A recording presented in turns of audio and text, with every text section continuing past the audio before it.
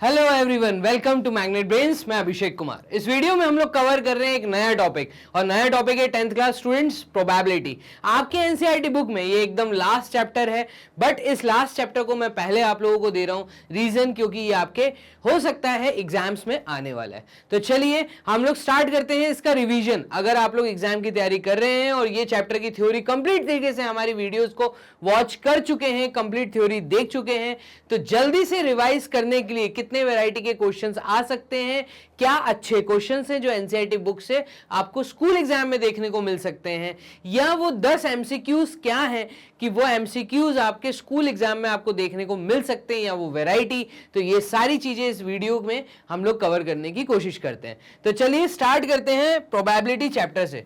तो ये जो चैप्टर है प्रोबेबिलिटी, ये 10th क्लास में भी है, मतलब आप 8th में भी पढ़कर आए, आप 9th क्लास में भी आपने इस चैप्टर को समझा, और ये चैप्टर अब 10th में भी है। तो अभी तक जो आपने 9th क्लास में समझा वो था चैप्टर एक्सपेरिमेंटल प्रोबेबिलिटी के बारे में। प्रोबेबिलिटी होती क्या है? तो प्रोबेबिलिटी बेसिकली मैथमेटिकल टर्म्स में जब मैं किसी चीज के होने की संभावना को कैलकुलेट कर सकूं, जब किसी सर्टेनिटी को कैलकुलेट कर सकूं, तो उस चीज को हम लोग जब मैथ्स में पढ़ते हैं तो वो प्रोबेबिलिटी कहलाता है। 9th क्लास में आपने एक्सपेरिमेंटल प्रोबेबिलिटी को पढ़ा था। 10th क्लास में थोड़ा सा हम और डीप में चल रहे हैं, तो यहां पर हम 10th क्लास में थ्योरेटिकल प्रोबेबिलिटी को समझेंगे। Yes, theoretical probability. अब एक्सपेरिमेंटल क्या थी, तो पहले हम थोड़ी सी बात 9th क्लास की कर लेते हैं, एक छोटा सा रिवीजन कर लेते हैं कि हमने क्या पढ़ा था। हमने पढ़ा था कि experimental probabilities of events which were based on the results of actual experiments. अब एक्सपेरिमेंट्स क्या होते हैं? जब आप किसी चीज को करके देखते हैं। आपने जैसे एक छोटा सा एग्जाम्पल 9th क्लास में समझा था बॉल का, डाइस का, कॉइन का। जब आप नंबर ऑफ टाइम्स किसी एक्शन को करते हैं, सिमिलर एक्शन को नंबर ऑफ टाइम्स करते हैं, और उसका रिजल्ट जब पेपर के ऊपर नोट करते हैं, तो किसी चीज को करके उसका रिजल्ट नोट करना, ये एक एक्सपेरिमेंट कहलाता है। तो यहां पे वही चीज पहले पॉइंट में बताई है कि एक्सपेरिमेंटल, जिसको हम एम्पेरिकल प्रोबेबिलिटी बोलते थे 9th क्लास में, of events which were based on the results पे बेस्ड होता था, ऑन द एक्चुअल एक्सपेरिमेंट। हम चीजों को करके देखते थे। एज्यूम एन एक्सपेरिमेंट, जैसे कि हमने एक एक्सपेरिमेंट किया था टॉसिंग अ कॉइन 1000 टाइम्स। ऐसा मान लो कि एज्यूम करो आपने किसी कॉइन को 1000 टाइम्स टॉस किया, ठीक है। तो 1000 टाइम्स जब चीज को आपने टॉस किया, कॉइन आके जमीन पे गिरा, आपने उसका रिजल्ट जब पेपर में नोट किया, आपने क्या नोट किया? आपने नोट किया कि हेड 1000 टॉस में 455 टाइम्स आया, और टेल जो है वो 545 टाइम्स आया। दैट मीन्स आपने किसी चीज को करा, ठीक है, एक्शन किया, एक्शन करने के बाद रिजल्ट को नोट किया, और उसके बाद प्रोबेबिलिटी बताई। तो एम्पेरिकल प्रोबेबिलिटी आपको 9th क्लास में सिखाती थी कि अगर आपको हेड की प्रोबेबिलिटी देखनी है कि अगर मैं नेक्स्ट टॉस करूंगा 1001 टाइम, अगर मैं नेक्स्ट टॉस करता हूं, तो वो टॉस में हेड आने की प्रोबेबिलिटी क्या है? तो प्रोबेबिलिटी ऑफ गेटिंग हेड, आप लोगों ने ये चीज पढ़ी थी 9th क्लास में, जिसको आपने एम्पेरिकल फॉर्मूला बोला था। 455/1000 इसका आंसर था, ठीक है। पॉइंट में निकालेंगे तो वो आया 0.455। And that of getting a tail, tail आने की संभावना, अगर नेक्स्ट टॉस होता है तो टेल आने की संभावना क्या है? वो है 0.545। तो इस तरीके के एक्सपेरिमेंट्स जो करके प्रोबेबिलिटी को कैलकुलेट किया जाता है, तो इस तरह के एक्सपेरिमेंट्स को हम एम्पेरिकल प्रोबेबिलिटी बोलते हैं, या एक्सपेरिमेंटल प्रोबेबिलिटी बोलते हैं। क्लियर है? This probabilities are based on the results of an actual experiment of tossing a coin 1000 times. They are called the experimental और एम्पेरिकल प्रोबेबिलिटीज। तो ये चीज आप लोगों को क्लियर है जो आपने 9th में किया था। अब अगर मैं 10th क्लास के थोड़ा सा और एडवांस पार्ट में चलूंगी, 10th में आपको क्या करना है, तो इस चीज को समझना। 10th क्लास में बेसिकली आपको थ्योरेटिकल पार्ट देखना है। तो थ्योरेटिकल प्रोबेबिलिटी क्या? अब इस चीज को समझाने के लिए पहले छोटे छोटे एग्जाम्पल्स मैं आपको बता रहा हूं, तो यहाँ पे मैंने कुछ चीजों को हाईलाइट किया हुआ है, आप उस चीज को देखना। मैंने कुछ लोगों के नाम को बहुत हाईलाइट किया है, जैसे कॉम्टे डी बफन, दूसरा जेई कैरेज, फिर उसके बाद मैंने कार्ल पियर्सन को हाईलाइट किया हुआ है। रीजन क्या है, ये लोग कौन है? ये लोग वो लोग हैं जो एक्सपेरिमेंट्स को करते थे। जब इन्होंने नंबर ऑफ टाइम्स एक्सपेरिमेंट्स किए, मतलब एम्पेरिकल से प्रोबेबिलिटी कैलकुलेट की, तो इन्हें देखा किसी चीज को करने से, एक्शन करने से जितना ज्यादा मैं एक्शन करूंगा तो रिजल्ट क्या आएगा। तो जैसे कि एक छोटा सा एग्जाम ले रहा हूं, एग्जाम्पल कॉम्टे डी बफन, ये एक फ्रेंच नेचुरलिस्ट थे जिन्होंने 18th सेंचुरी के अंदर कॉइन को 40 टाइम्स, मतलब 4040 बार कॉइन को टॉस किया था, और उन्होंने देखा कि 2048 टाइम्स हेड आया। ठीक है, तो उन्होंने जितना ज्यादा कॉइन को टॉस किया उतना हेड्स उन्होंने देखा कि वो हेड्स क्या आ रहे थे, वो आ रहे थे 2048। ठीक है, उन्होंने एक फिगर दिया कि the experimental probability of getting a head in this case is 0.507। जब उन्होंने 2048 डिवाइड बाय 40 किया तो उन्होंने बोला ये चीज कि अगर मैं कॉइन को 4041 टाइम अगर अगेन में टॉस करवाता हूं कॉइन को, तो मैं देखूंगा कि प्रोबेबिलिटी आने की, हेड आने की जो प्रोबेबिलिटी है वो 0.507 है। दैट मींस 50% के आसपास चांसेस है कि नेक्स्ट जो भी टॉस होगा वो हेड आएगा।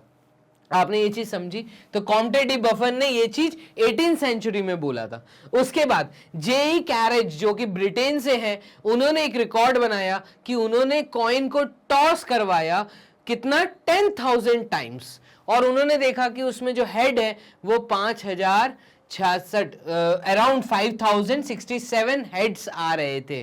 ठीक है, तो 5067 टाइम्स हेड्स मिल रहे थे। अगेन इन्होंने जब इस चीज को डेसिमल फ्रैक्शन में कैलकुलेट किया तो उन्होंने देखा कि नेक्स्ट हेड आने का जो चांस होगा, नेक्स्ट हेड आने की जो प्रोबेबिलिटी होगी, मतलब अगर वो कॉइन को अगेन टॉस कराते हैं 5068 टाइम, तो उस समय जो हेड आने की प्रोबेबिलिटी है वो अगेन 50% हो रही है। तो 50% चांसेस है, 50% चांसेस है। और इसी चीज को और आगे अच्छे से एक स्टैटिस्टिशियन कार्ल पियर्सन जी ने अपना टाइम स्पेंड किया और उन्होंने कॉइन को टॉस करवाया 24,000 टाइम्स। अब आप बात समझ रहे हो? देखो रिकॉर्ड कैसे बना, 4040 टाइम्स कॉइन को टॉस कराया, उससे ऊपर रिकॉर्ड बनाया 5067 टाइम्स। फिर उसके बाद इन्होंने तो हद ही कर दी, कार्ल पियर्सन जी ने, इन्होंने कॉइन को टॉस करवाया 24,000 टाइम्स, और उन्होंने बोला कि अगर मैं कॉइन को 24,001 टाइम अगेन टॉस करूंगा, ठीक है, तो नेक्स्ट टॉस जो होगा वो मुझे हेड देने की जो प्रोबेबिलिटी है वो अगेन 50% चांसेस है। तो क्या निकल के आया इससे? एक रिजल्ट निकल के आया जिस चीज को माना गया। ठीक है, क्या माना गया? कि इन लोगों ने जितने ज्यादा एक्सपेरिमेंट किए तो उतना ज्यादा हमारा जवाब 50% के आसपास आ रहा था। इस चीज को समझना, मैं आगे समझा रहा हूं कि मैं क्या बोलना चाह रहा हूं। मैं ये बोलना चाह रहा हूं कि थियोरेटिकल प्रोबेबिलिटी को पढ़ने की जरूरत क्यों पड़ी।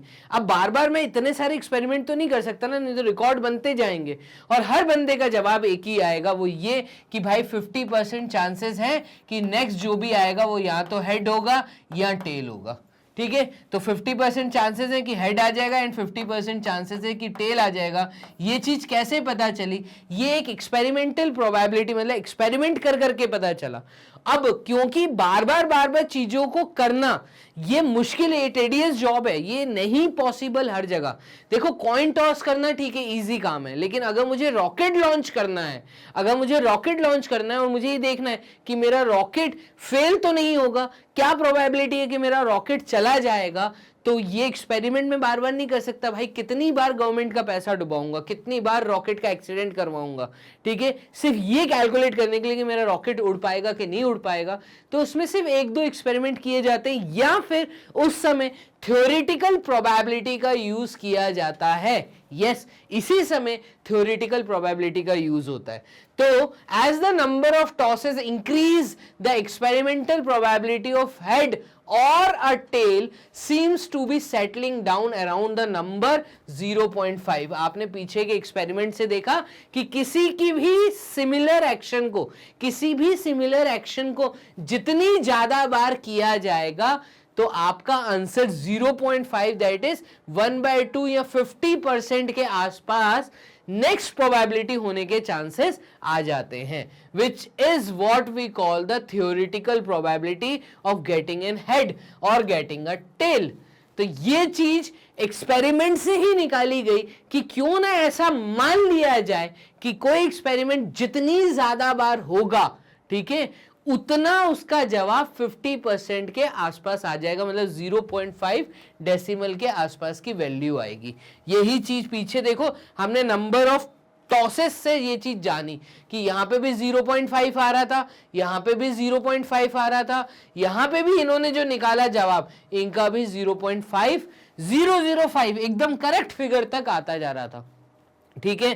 तो एक पार्ट, एक चांस ऐसी आएगी, एक ऐसा एक्शन आएगा जहां पे फाइनली मेरा जवाब 0.5 के आसपास आ जाएगा। किसी एक एक्सपेरिमेंट के बारे में अगर मैं बात करूं, किसी एक एक्शन के बारे में अगर मैं बात करूं, मैंने कॉइन को टॉस कराया था और अभी मैं बात कर रहा हूं कि हेड आने के चांसेस क्या है, या सिर्फ अगर टेल की बात करूं तो उस समय जो केस बनता है, या तो सिर्फ हेड या टेल, जितने ज्यादा एक्सपेरिमेंट होंगे 50% चांस है या तो हेड होगा या टेल होगा।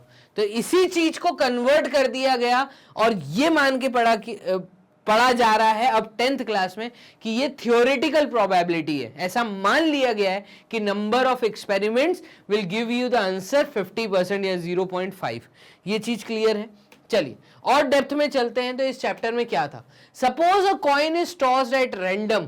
अब पहले तो मैं इस स्टेटमेंट को समझाऊंगा कि बार बार इस चीज का आपके मन में ये चीज आ रहा होगा कि यार कॉइन को बार बार टॉस क्यों करवाया जाता है, हर बार एग्जाम्पल प्रोबेबिलिटी के अंदर कॉइन का ज्यादा क्यों लिया जाता है, या कोई भी टीचर जब पढ़ाता है उससे पहले कॉइन वर्ड उनके मुंह से क्यों निकलता है। तो बात को समझना, कॉइन जो है ये एक सिमेट्रिकली डिजाइंड, एक मैं कहूंगा सिमेट्रिकली डिजाइंड ऑब्जेक्ट है कॉइन। ये शोले फिल्म का कोई कॉइन नहीं कि नहीं दोनों साइड पे हेड है, ये सिमेट्रिकली डिजाइंड है, मतलब इसके एक साइड पे हेड है, दूसरे साइड पे टेल्स है, और ये सिमेट्रिकली इस तरीके से डिजाइन किया गया है कि जब कॉइन को मैं टॉस करूंगा और टॉस करने के बाद जब वो जमीन पे गिरेगा तो कॉमन सी बात है या तो हेड आएगा या टेल आएगा। तो हम कौन से एक्शन को नहीं मानते, हम इस चीज को नहीं मानते कि कॉइन जब हवा से नीचे गिरेगा टॉस करने के बाद जब जमीन पे गिरेगा तो वो जमीन पे आगे सीधा खड़ा हो जाएगा। इस चीज को, इस कंडीशन को ना मानते हुए हम ये मानते हैं कि कॉइन जब भी जमीन पे गिरेगा कोई ना कोई एक फेस अपवर्ड शो हो रहा होगा, ठीक है, या तो वो हेड होगा या तो वो टेल होगा। तो कॉइन क्योंकि सिमेट्रिकली डिजाइंड होता है उसको अनबायस्ड कॉइन बोलते हैं। अनबायस्ड वर्ड अभी मैं पढ़ाऊंगा इस चीज को भी। तो when we speak of a coin it is symmetrically designed, it comes down on one side then the other. We call this property of the coin as being unbiased. हम कहते हैं अनबायस्ड, कोई एक चीज, कोई एक फेस ऊपर आएगा, या तो हेड्स ऊपर आएगा या टेल्स ऊपर आएगा, इस कारण इसके लिए हम वर्ड यूज करते हैं अनबायस्ड, ठीक है, मतलब जिसके ऊपर किसी तरह का प्रेशर नहीं है कि नहीं तेरे में हेड ही आना चाहिए और मैंने दोनों तरफ हेड प्रिंट करके कॉइन बार बार टॉस करा रहा हूं, हेड लेकर आ रहा हूं। तो बायस्ड नहीं किया मैंने, चीज को अनबायस्ड कर दिया, उसके ऊपर किसी तरह का प्रेशर नहीं है, उसके ऊपर किसी तरह का दबाव नहीं है, उस पे जो डिजाइन है वो सिमेट्रिकली डिजाइंड है कि भाई एक फेस जो है वो हेड है और दूसरा जो फेस है वो टेल्स है, ठीक है, और सेंटर में इक्वल वेट में पूरे का पूरा कॉइन डिजाइंड है। तो अनबायस्ड कॉइन उसको बोलते हैं। क्लियर है। Bye the phrase random toss, अब मैंने पहला एक फ्रेज बोला था कि कॉइन को जब मैं रैंडमली टॉस कराऊंगा तो रैंडम टॉस का मतलब क्या होता है? तो by the phrase random toss we mean that the coin is allowed to fall freely. इसका मतलब ये है कि हम कॉइन को फ्रीली नीचे ड्रॉप करवा रहे हैं, फ्रीली ऊपर आसमान में उसको छलांग लगवा रहे हैं। तो टॉस करवाना, फ्रीली टॉस करवाना, जब वो ऊपर जाएगा एकदम फ्री होके जाएगा और जब वो नीचे गिरेगा तो एकदम फ्री होके गिरेगा। तो by the phrase random toss we mean that the coin is allowed to fall freely without any bias और इंटरफेरेंस।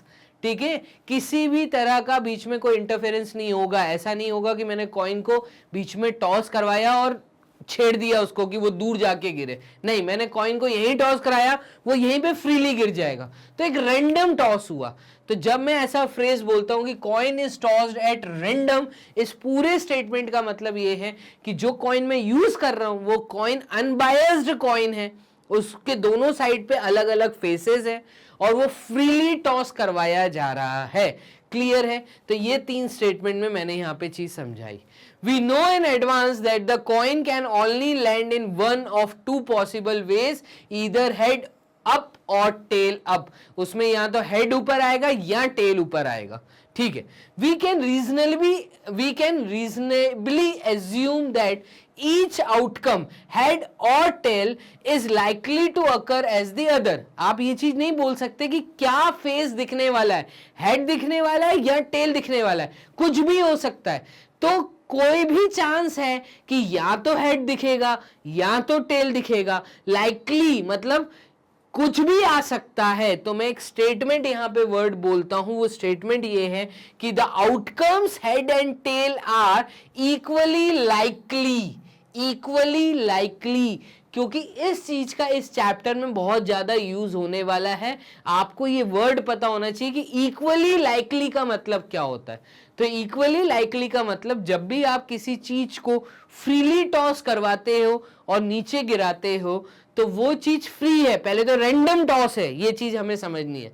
रैंडम टॉस है, नीचे गिर रहा है, कुछ भी चीज उसमें फेस अप हो सकती है। अगर कॉइन की बात करूं तो कॉइन में या तो हेड आ सकता है या टेल आ सकता है, कुछ भी आ सकता है। दोनों इक्वल चीजें। ठीक है, ऐसा नहीं है कि हेड भारी है तो बार बार हेड ही आएगा, टेल अच्छा है तो बार बार टेल ही आएगा, ऐसा नहीं है। दोनों इक्वल हैं। हेड की भी वही पोजीशन है जो टेल की पोजीशन है। तो they are equal and they are alike, दोनों लाइक है। ठीक है, तो कुछ भी लुक अप कर सकता है, मतलब कुछ भी अप हो सकता है, कोई भी फेस ऊपर की तरफ दिख सकता है। तो ये वर्ड है इक्वली लाइकली। लेकिन अगर मैं बात करूं आपसे, यहां पे भी मैं बात कर रहा था किसको टॉस कराने की, डाइस को या कॉइन को। डाइस में भी अगर मैं बात करूं तो 6 फेस होते हैं, दे आर इक्वली लाइकली, कुछ भी ऊपर आ सकता है। तो tossing of a dice is also are equally likely. ठीक है, तो उस केस में भी, डाइस के केस में भी मैं यही बोलूंगा। लेकिन इक्वली लाइकली क्या नहीं होता? अगर मैं आपसे कह दूं कि एक बैग में 2-3 कलर, डिफरेंट कलर की नंबर ऑफ बॉल्स डली हुई हैं, मान लो रेड बॉल तो हमारे पास 3 है और 10 बॉल जो है वो येलो कलर की हैं, बताओ कौन सी बॉल आप विड्रॉ कर सकते हो? तो मैक्सिमम टाइम आपकी जो बॉल विड्रॉ होगी वो मे बी पॉसिबल येलो ज्यादा हो। तो they are not equally likely. तो यहां पे स्टेटमेंट चेंज हो जाएगा। ठीक है, तो ये चीज आपको यहां पे समझनी पड़ेगी कि वर्ड इक्वली लाइकली का मतलब क्या होता है। Coin is tossed at random या dice is tossed at random, इसका मतलब क्या होता है। ठीक है, इसके और डेप्थ में चलते हैं। तो यहां पे जो चीज अभी मैंने बोली उसी चीज को समझा रहा हूं। जैसे मैंने एक एग्जांपल डाइस का भी लिया है कि मुझे पता है कि डाइस के अंदर भी जो पॉसिबल आउटकम्स हैं वो या तो 1 है या 2 है या 3 है या 4 है या 5 है या 6 है। डाइस होता क्या है? एक इस तरह का प्लेइंग कैरेक्टर है, एक इस तरह का प्लेइंग ऑब्जेक्ट है कि जिसको जब मैं डाइस को थ्रो करता हूं, ठीक है, मतलब टॉस करवाता हूं, थ्रो करता हूं, टॉस नहीं थ्रो करता हूं, तो उसमें क्योंकि 6 फेसेस होते हैं, वो एक क्यूब होता है, जो कि क्यूब बेसिकली उसके सारे एजेस क्योंकि सिमिलर होते हैं तो उसमें कोई भी फेस अप हो सकता है, या तो 1 या तो 2 या तो 3 या तो 4 या तो 5 या तो 6, तो कोई भी फेस लाइकली इक्वली ऊपर आ सकता है। तो इस केस में भी मैं कहूंगा कि सेम पॉसिबिलिटी है, each number has the same possibility of showing up.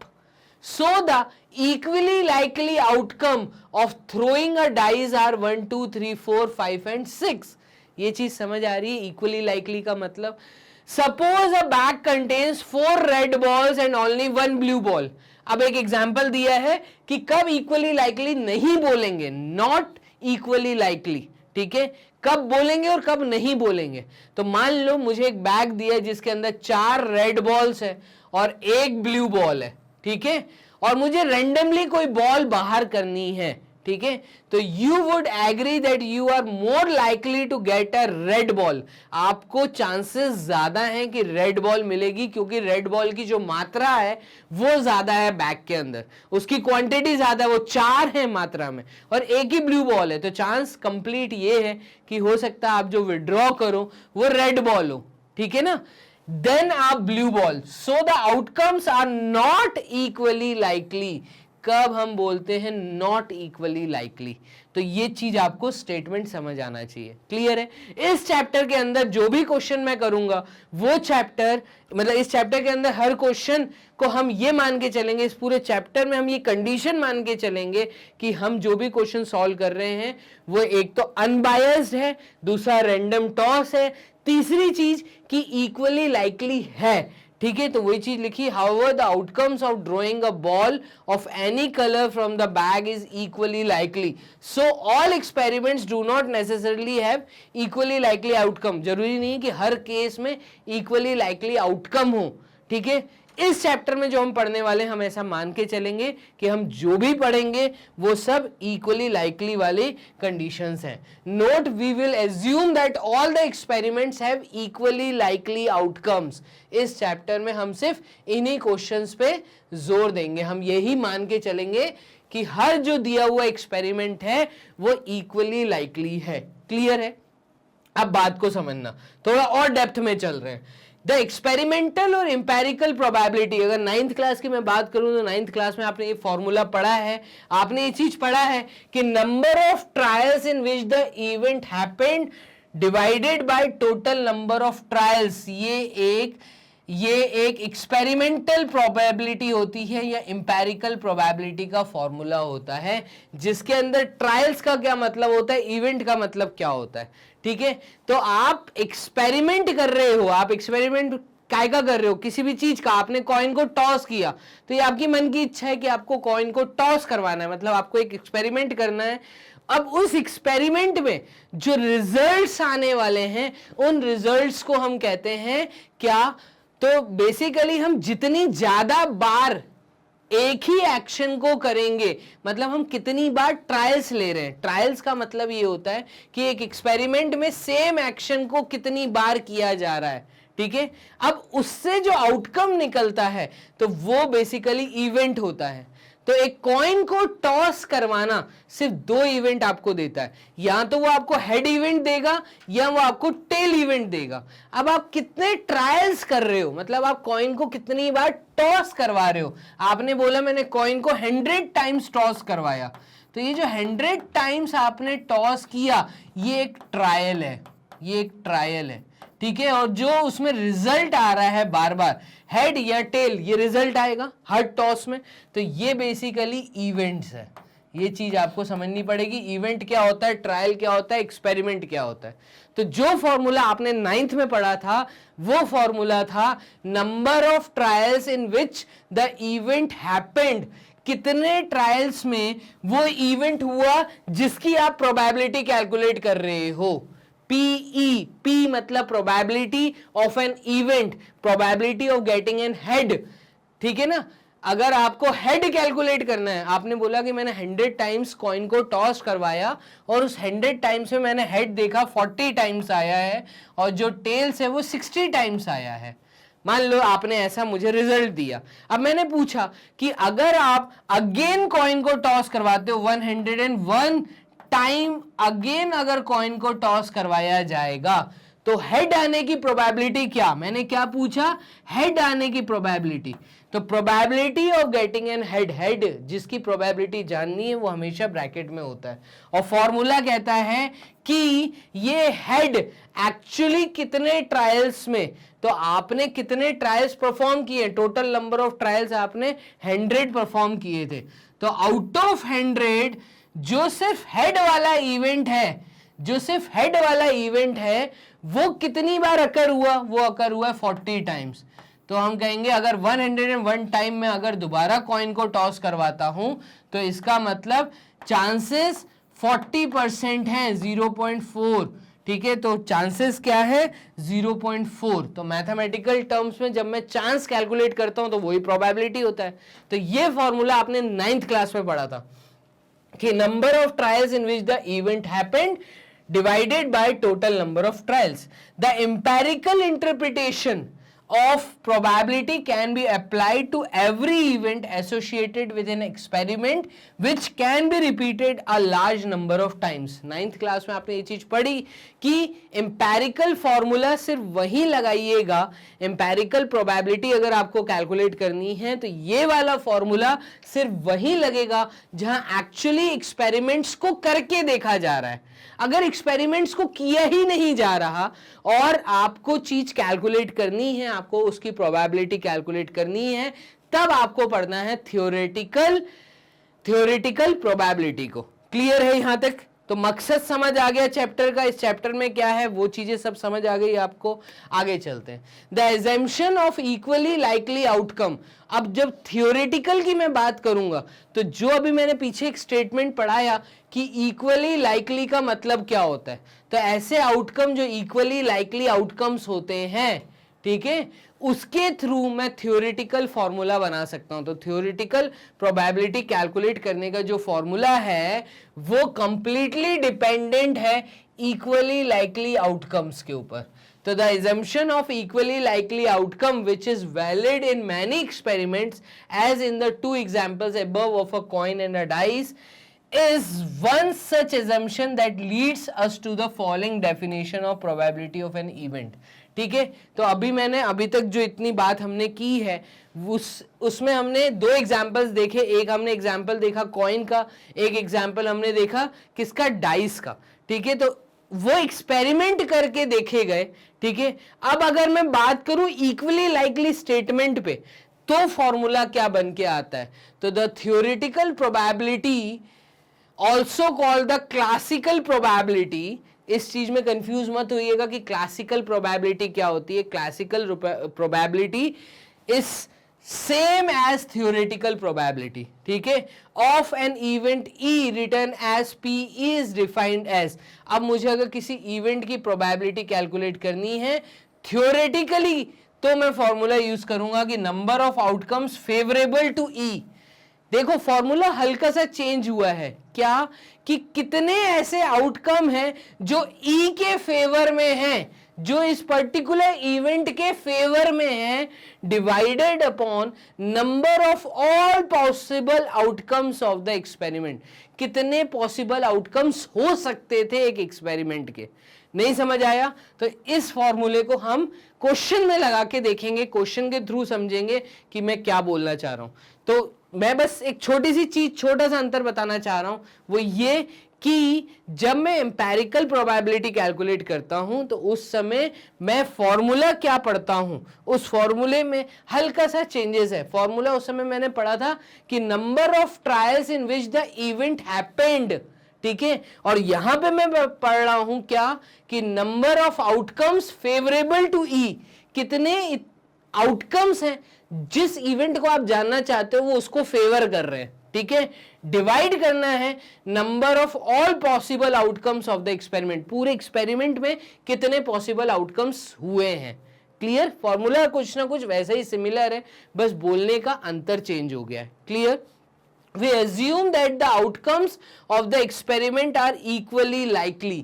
तो आप जो भी एक्सपेरिमेंट करोगे अब उसको कर करके देखने की जरूरत नहीं है, आप सिंपली बोलोगे वो इक्वली लाइकली वाले स्टेटमेंट पे डिपेंड है। तो यहां तक अब चीज समझ आ गई, क्वेश्चन की डेप्थ में चलना चालू करते हैं, देखते हैं वेराइटीज क्या क्या आती है। तो ये क्वेश्चन आपके सामने, find the probability of getting a head when a coin is tossed once. अब यहां पे देखो क्या बोल रहा है, ये कह रहा है कि प्रोबेबिलिटी निकालिए किस चीज की, कि मुझे नेक्स्ट टॉस में हेड मिलेगा। तो find the probability of getting a head when a coin is tossed once, ठीक है। Also find the probability of getting a tail, और प्रोबेबिलिटी कैलकुलेट करिए किसकी, टेल निकालने की। तो अब बात को समझना, अगर मैं बोलता हूं यहां पे कैसे, कि अगर मैं यहां पे बोल देता हूं let E is the event, E is the event of getting head, ठीक है। मैं बोलता हूं E एक इवेंट है, एक कॉइन को अगर मैं टॉस कराऊंगा तो दो ही इवेंट होंगे, या तो हेड आएगा या टेल आएगा। तो E को मैंने डिनोट किया है किस इवेंट के लिए, हेड इवेंट के लिए। और मैं बोल रहा हूं सिमिलरली, मैं ऐसा बोलता हूं कि F is the event of getting tails, ठीक है। ये चीज समझ आ रही है। अब इस चीज को समझना कि let E is the event of getting head, similarly F is the event of getting tail. अब अगर मुझे प्रोबेबिलिटी ऑफ हेड कैलकुलेट करनी है, देयरफॉर यहां पे मैं कहूंगा प्रोबेबिलिटी ऑफ गेटिंग हेड, इसको बताने के लिए मैं सिंबल यूज कर रहा हूं P, ब्रैकेट के अंदर हेड के लिए हमने E यूज किया था, तो E इवेंट, ठीक है। तो probability of getting this event E, तो ये क्या होगा, तो probability of getting head H, यहां पे मैंने लिख दिया हेड है बेसिकली ये, तो ये मेरा हो जाएगा P bracket E is equals to number of the favourable events, ठीक है, of getting this particular event. तो यहां पे आएगा number of favourable events, number of favourable events upon total number of events, ऐसे ही होगा। अब इवेंट्स तो बेसिकली दो होंगे, और फेवरेबल इवेंट मतलब हेड आने का जो इवेंट है वो सिर्फ वन होगा। तो हेड आने का जो इवेंट है जो फेवरेबल है, ठीक है, वो वन आएगा, क्योंकि वन ही टॉस हुआ है। तो यहां पे इन्होंने बोला है वंस, अगर कॉइन को एक बार टॉस कराएंगे तो हेड आने का जो इवेंट है एक, और टोटल नंबर ऑफ इवेंट्स होंगे 2। ऐसे ही सिमिलरली मैं यहां पे बोलूंगा कि प्रोबेबिलिटी ऑफ गेटिंग टेल्स, ठीक है। तो ये वाला जो इवेंट है उसको हम F से डिनोट करेंगे, और यहां पे आ जाएगा नंबर ऑफ फेवरेबल इवेंट्स। तो similarly number of favourable events of getting tails, tails एक बार आ सकता है आउट ऑफ 2। तो आप देख रहे हैं कि यहां पर PE की वैल्यू भी 1/2 आई, PF की भी वैल्यू 1/2 आई है, ठीक है। ये चीज क्लियर है। तो क्वेश्चन को कैसे अटेम्प्ट करना है, 2 मार्क्स का क्वेश्चन कैसे आ सकता है, तो 1/2 PE की वैल्यू और PF की वैल्यू। तो इस तरह के क्वेश्चन 2 मार्क्स में आते हैं। अब मैं यहां से कोई चीज सिखाने वाला हूं, इसको याद रखिएगा। मैं अभी बोर्ड क्लियर कर रहा हूं, मैं एग्जाम्पल 2 पे चल रहा हूं, और एग्जाम्पल 1 और 2 को सॉल्व कराने के बाद मैं आपको कुछ टर्म्स सिखाने वाला हूं, जैसे एलिमेंट्री प्रोबेबिलिटी क्या होती है, कॉम्प्लीमेंट्री इवेंट्स क्या होते हैं, ठीक है। तो वो चीजें हम अभी बात करेंगे। इसको करते हैं बोर्ड क्लियर। एग्जाम्पल 2 से समझिएगा। एग्जाम्पल 2 में क्या बोला, bag contains a red ball, एक बैग है जिसके अंदर अ रेड बॉल मतलब 1 रेड बॉल है, अ ब्लू बॉल मतलब एक ब्लू बॉल है, अ येलो बॉल मतलब एक येलो बॉल है, all the balls being of the same size, और सारी बॉल्स का जो साइज है वो भी सिमिलर है। तो टोटल 3 बॉल्स है एक बैग के अंदर। Kritika takes out a ball from the bag. अब क्योंकि बॉल्स 3 ही हैं, तीनों के कलर डिफरेंट है, अगर कृतिका उस बैग में हाथ डाल के कोई एक बॉल निकालती है, तो takes out a ball from the bag without looking into it, what is the probability that she takes out the yellow ball? तो सबसे पहले मैं बोलूंगा let the event of yellow denoted by y, ठीक है। इस इवेंट को मैं y से डिनोट करूंगा। ऐसे ही let the event of red ball, इसको मैं R से डिनोट करूंगा, ठीक है। अब सिमिलरली यहां पे मैं लिखूंगा similarly the event of which ball, blue ball, तो event of blue ball is denoted by capital B। अब क्योंकि इस बैग में तीन ही बॉल हैं और तीनों बॉलों के कलर चेंज हैं, तो ये जो स्टेटमेंट हमें दिया है ये likely equal and equally liked statement है, तो it is the given statement. This statement given, this given statement, हम ये चीज लिखेंगे, this given statement is equally likely statement, ठीक है। क्योंकि तीन ही बॉल हैं, तीनों इक्वल नंबर ऑफ बॉल्स हैं, तीनों के कलर डिफरेंट है, तीनों इक्वल नंबर ऑफ बॉल्स हैं। एक बैग में टोटल 3 बॉल्स हैं, तो ये है आपका बैग जिसके अंदर बेसिकली 3 बॉल्स हैं, ठीक है। अब इन 3 बॉल्स में से अगर मैं कोई भी बॉल निकालना चाहूंगा तो क्या प्रोबेबिलिटी है कि मुझे येलो बॉल मिले, तो प्रोबेबिलिटी यहां पे आएगा, probability of getting yellow ball. तो हम इस केस में कहेंगे कि येलो बॉल मिलने की जो प्रोबेबिलिटी है उसको हम डिनोट करेंगे, किससे डिनोट करेंगे, P, और येलो के लिए हमने Y लेटर यूज किया था, तो P ब्रैकेट Y, क्लियर है। ऐसे ही इसकी प्रोबेबिलिटी PY हो जाएगी, ऐसे ही यहां पे होगा probability of getting red ball, तो ये होगा PR, और नेक्स्ट आएगा similarly probability of getting which ball, blue ball, तो ब्लू बॉल के लिए आ जाएगा क्या, प्रोबेबिलिटी ब्रैकेट के अंदर B।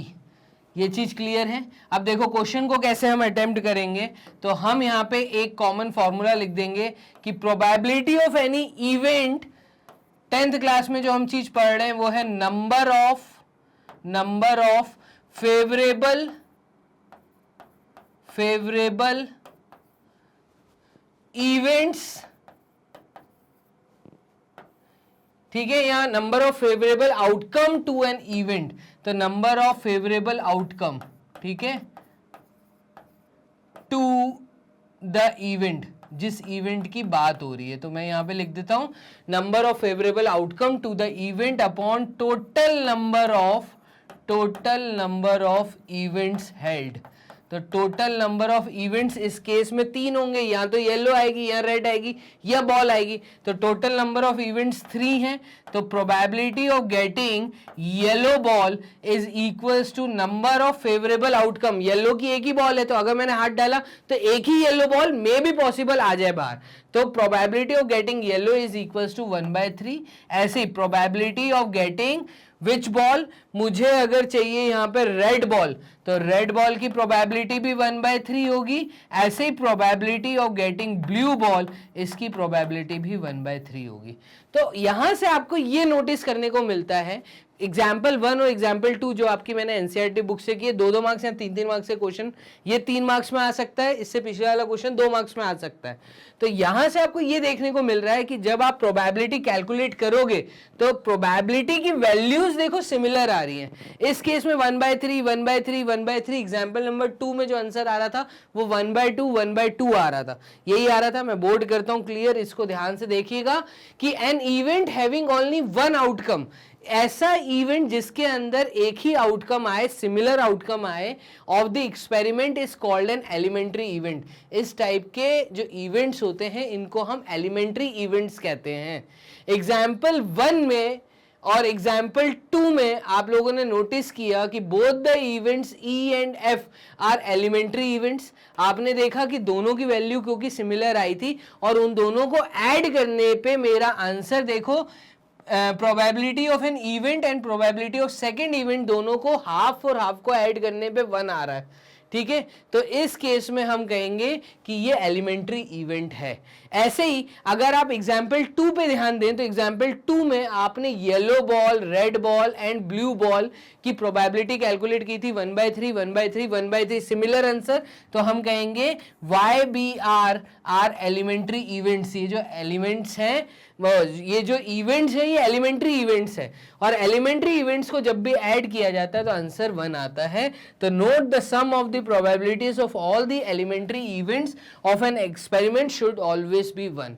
ठीक है, तो जो भी सिमिलर आंसर आ रहे हैं, जो भी एलिमेंट्री इवेंट्स हो रहे हैं, एलिमेंट्री तब बोला जाएगा जब सिमिलर आंसर्स आए। अगर डिफरेंट आते हैं तो उस केस में क्या बोलेंगे वो अब मैं आगे वाले एग्जांपल में बात करूंगा, एग्जांपल नंबर 3 में। तो 1 और 2 से मुझे क्या सीखने को मिला, वो ये चीज हमने डिस्कस की कि एलिमेंट्री इवेंट्स का मतलब क्या होता है, ऐड करने पे आंसर हमेशा 1 आता है। क्लियर है?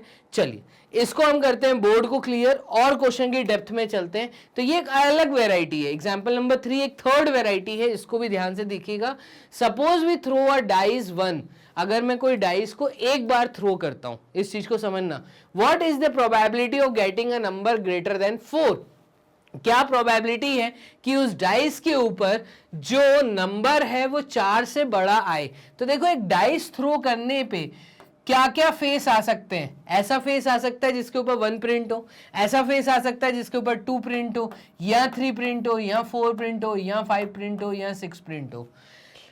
क्योंकि फर्स्ट पार्ट में मुझसे पूछा है तो फर्स्ट पार्ट का सॉल्यूशन हम कैसे करेंगे, हम बोलेंगे let the event be E, या मैं बोलूंगा let the event E denote, let the event E denote, क्या डिनोट करेगा ये, इस चीज को देखना, what is the probability of getting a number of greater than 4। तो ये इवेंट है जो कि ग्रेटर देन 4 है, तो late the event E denote greater than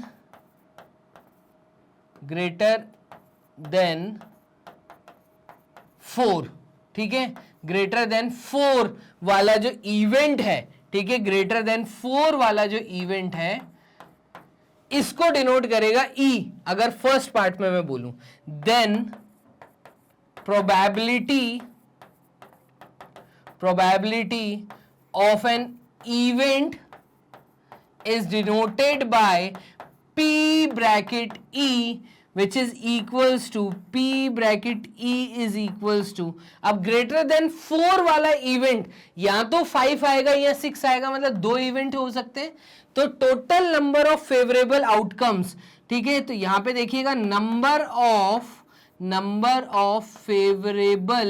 favourable outcomes to an event, जिस इवेंट की बात हो रही है उसको कितने आउटकम्स, उससे रिलेटेड कितने आउटकम्स आ सकते हैं। तो जिस इवेंट की बात हो रही है वो इवेंट है 4 से बड़ा, तो ऐसे 2 इवेंट होंगे। ठीक है, तो 2 divided by total number of events, total number of events 6 हो सकते हैं, तो टोटल नंबर ऑफ इवेंट्स, ये चीज क्लियर है। तो इस केस में हमारा आंसर आएगा number of favourable outcomes to an event, तो इसका आंसर है 2/6 और आंसर आएगा 1/3। ये चीज समझ आ रही है? 2 1 times 2, 2 3 times 6, तो 1/3 हमारा आंसर आएगा। इस केस में हम कहेंगे probability of this event is equals to 1/3। Clear है? अब इसी का सेकेंड पार्ट में इसके सामने कर रहा हूं, इसको भी ध्यान से देखिएगा। सेकेंड पार्ट के सॉल्यूशन में क्या आएगा? सेकेंड पार्ट में वो आपसे कह रहा है what is the probability of getting a number less than or equal to 4, a number less than or equal to 4। तो मैं यहां बोलूंगा let F denote the event number less than 4 less than or equal to 4। ठीक है, अगर event f इस event को denote कर रहा है तो इस चीज की प्रोबेबिलिटी क्या होगी? Probability of event f is equals to P F हम डिनोट करेंगे और पी एफ की वैल्यू आएगी नंबर ऑफ फेवरेबल आउटकम्स। अब नंबर ऑफ फेवरेबल आउटकम्स मैं बोल सकता हूं 4 होंगे भाई, यहां पे 4 या 4 के बराबर, तो 4 से कम है 1 2 3 और 4 के बराबर है 4, तो less than or equal to 4। तो ऐसे 4 फेवरेबल आउटकम्स आ सकते हैं आउट ऑफ 6, तो हम कहेंगे 4/6। इसको हम अगर सॉल्व करेंगे तो 2 × 2 4, 2 × 3 6, तो हम कहेंगे पी एफ की वैल्यू जो आई है ये आएगी 2/3। अब यहां पे एक चीज आप नोटिस करिएगा, जब मैं पीई को ऐड करूंगा पीएफ के साथ, देखो ऐड करके देखो, अगर मैं किसी चीज के होने की संभावना और किसी चीज की ना होने की संभावना को अगर ऐड करूं, ठीक है, तो बात को समझना, अगर 1/3 यहां पर है तो 1/3 को जब मैं ऐड करूंगा 2/3 के साथ तो ये आंसर देगा 1। तो ये हमेशा कंडीशन याद रखना, किसी चीज की होने की संभावना और उसी चीज की ना होने की संभावना को जब ऐड किया जाएगा तो आंसर हमेशा 1 आता है। ये चीज है, वो कंडीशन है, इस कंडीशन पे बहुत क्वेश्चंस पूछे जाते हैं। तो फाइनली फर्स्ट और सेकंड पार्ट का आंसर आ गया 1/3 एंड 2/3। 10th क्लास में ये चीज आप 9th में भी सीख चुके हो, बोर्ड करता हूं क्लियर। 10th क्लास में जब भी इस तरीके की कंडीशन आती है, किसी चीज की होने की संभावना, किसी इवेंट की और उसी इवेंट की ना होने की संभावना को जब ऐड किया जाएगा तो ये कंडीशन 1 कहलाती है, और ना होने वाली संभावना को डिनोट किया जाता है ई के पावर में बार। अगर आप कोई इवेंट ले रहे हो तो इस केस में मैं बेसिकली जो मैंने पीएफ वाला इवेंट लिया था इसको मैं लिख सकता था probability of an event not happening of an event, ठीक है, पीई बार से भी डिनोट कर सकता था। तो PE plus P not E equals to 1, we denote the event by E. कोई इवेंट की होने की संभावना को ई से डिनोट किया जाता है और नहीं होने की संभावना को ई बार से डिनोट किया जाता है। तो PE plus PE bar is equals to 1, where the event E bar represents not E is called the complement of the event E. ये वर्ड को आप याद रखिएगा, complement of the event E. Complement of the event E का मतलब क्या होता है? E and E bar are complementary events. अभी आपने पीछे पढ़ा था एलिमेंट्री इवेंट्स। एलिमेंट्री इवेंट्स का मतलब जब वैल्यू सिमिलर आती है, जब वैल्यू डिफरेंट आती है तो उस समय हम कहते हैं कॉम्प्लीमेंट्री इवेंट्स, ठीक है। तो elementary events and complementary events, इसके ऊपर एमसीक्यूज आ सकते हैं, be ready for that. The probability of an event which is impossible to occur is 0, और ऐसी प्रोबेबिलिटी जो हो ही नहीं सकती, पक्का नहीं होगी, तो उसकी प्रोबेबिलिटी हो जाती है 0, 0। तो सच an event is called an impossible event. तो बेसिकली 3 इवेंट्स आपको याद रखने, एक जब दोनों वैल्यू सेम आती है मतलब एलिमेंट्री इवेंट, एक जब दोनों वैल्यूज डिफरेंट आती है मतलब कॉम्प्लीमेंट्री इवेंट्स हो, तीसरा जहां पे कोई इवेंट अकर ही ना हो, एकदम इम्पॉसिबल हो, तो उसको कहते हैं इम्पॉसिबल इवेंट। 3 चीजें आप लोगों ने यहां पे सीखी हैं। The probability of an event which is sure to occur is 1, such an event is called sure event और अ सर्टेन इवेंट। कई बार ऐसा होगा कि मैंने बोला बाहर बारिश हो, मैं श्योर हूं बाहर बारिश होगी, ठीक है, एकदम श्योरिटी है, तब हम इवेंट कहते हैं वो 1 है। तो इसका मतलब मुझे ये समझ आता है कि कोई इवेंट या तो नहीं होगा या वो होगा, श्योर इवेंट। तो आंसर जब भी किसी प्रोबेबिलिटी का क्वेश्चन का आंसर आएगा तो हमेशा प्रोबेबिलिटी की जो वैल्यू है वो 0 और 1 के बीच में लाई करती है, या तो 0 या 1 या इसके बीच। तो कभी भी प्रोबेबिलिटी की वैल्यू 0 से छोटी और 1 से बड़ी नहीं आएगी। याद कर लो, अपनी कॉपी में लिख लो। मैंने क्या बोला? मैंने ये बोला कि जब भी प्रोबेबिलिटी का क्वेश्चन सॉल्व करोगे, किसी चीज की प्रोबेबिलिटी होने की संभावना को कैलकुलेट करोगे, तो आंसर या तो 0 या तो 1 या 0 से 1 के बीच में आएगा, 0 से कम नहीं आएगा और 1 से ज्यादा आंसर नहीं आना चाहिए। तो श्योर इवेंट किसको कहते हैं, इम्पॉसिबल इवेंट किसको कहते हैं, ये समझ आ गया। कॉम्प्लीमेंट्री इवेंट किसको कहते हैं, एलिमेंट्री इवेंट किसको कहते हैं, ये भी समझ आ गया। चलते हैं और डिटेल में। इसमें यहां पर जो अब है, थोड़ा सा मुझे ऐसे लगता है कि कुछ क्वेश्चंस हैं जो कि आपको कॉम्पिटिटिव लेवल पे देखने को मिलेंगे या स्कूल लेवल पे देखने को मिल सकते हैं, जो कि ताश के पत्तों से रिलेटेड हो सकते हैं। तो यहाँ पे बेसिकली मैंने ताश के पत्तों के बारे में, पहले मैं आपको इन ताश के पत्तों के बारे में थोड़ा सा थ्योरी देना चाहता हूँ। तो ताश की गड्डी सबने देखी होगी, आप लोगों ने खेला भी होगा, नहीं खेला तो प्लीज मैं आपसे बोलूंगा कि इसको मार्केट से खरीदिए, ये अच्छी चीज है, इसमें बहुत अच्छे अच्छे क्वेश्चंस आते हैं। तो 10th लेवल पे आपके यहाँ से प्लेइंग कार्ड्स के क्वेश्चंस आ सकते हैं। अब जब आप मार्केट से पूरी गड्डी खरीद के लाते हैं तो हो सकता है वो कार्ड्स आपको काउंटिंग में 54 मिले या 55 मिले या 53 मिले जब आप गड्डी खोलोगे, ठीक है। लेकिन जब मैं बोलता हूं कि खेलने वाले ताश के पत्ते, खेलने वाले, इसलिए मैंने कहा है प्लेइंग कार्ड्स, तो हम जो भी बात करेंगे या जो भी क्वेश्चन आएगा वो प्लेइंग कार्ड्स के बारे में आएगा। हमेशा याद रखिएगा कि जो प्लेइंग कार्ड्स होते हैं वो होते हैं ओनली 52, तो 52 कार्ड होते हैं जिनसे हम खेलते हैं। तो पूरी एक गड्डी को मैथमेटिकल लैंग्वेज में डेक बोला जाता है, तो डेक। तो 52 कार्ड्स होते हैं जो कि बेसिकली डेक कहलाते हैं। तो ये 52 कार्ड्स को हम कहते हैं प्लेइंग कार्ड्स, ठीक है। तो 52 कार्ड्स जो कि प्लेइंग कार्ड्स हैं जिनको हम डेक बोलते हैं, इस डेक को दो टुकड़ों में तोड़ा जाता है। यस, दो टुकड़ों में तोड़ा जाता है। एक टुकड़ा पूरा ब्लैक कार्ड्स का होता है और दूसरा टुकड़ा जो है वो पूरा रेड कार्ड्स का होता है। तो आपको ये चीज समझनी पड़ेगी, ठीक है, black cards and red cards. तो डेक को जब मैं दो टुकड़ों में तोड़ूंगा तो ब्लैक के कार्ड्स अलग, रेड के कार्ड्स अलग, दैट मींस यहां पर 26 कार्ड्स आएंगे और यहां पर भी 26 कार्ड्स आएंगे, ठीक है। अब इन 26 कार्ड्स मतलब जो ब्लैक वाला पार्ट है इसको भी दो टुकड़ों में तोड़ा जाता है। तो इसको जिन दो टुकड़ों में तोड़ते हैं वो कहलाता है स्पेड एंड क्लब, और जब रेड को मैं दो टुकड़ों में तोड़ूंगा तो ये कहलाएगा डायमंड एंड हार्ट के कार्ड्स, ठीक है। और इन जो चार टुकड़ों में मैंने बेसिकली कार्ड्स को डिवाइड किया है बराबर बराबर में, इनको बेसिकली हम कहते हैं सूट। तो आपको ये सारे टर्म्स मैं इसलिए बता रहा हूं क्योंकि जो मैथमेटिकल क्वेश्चंस आएंगे प्रोबेबिलिटी से रिलेटेड वो इन्हीं चीजों पे रिलेटेड होंगे।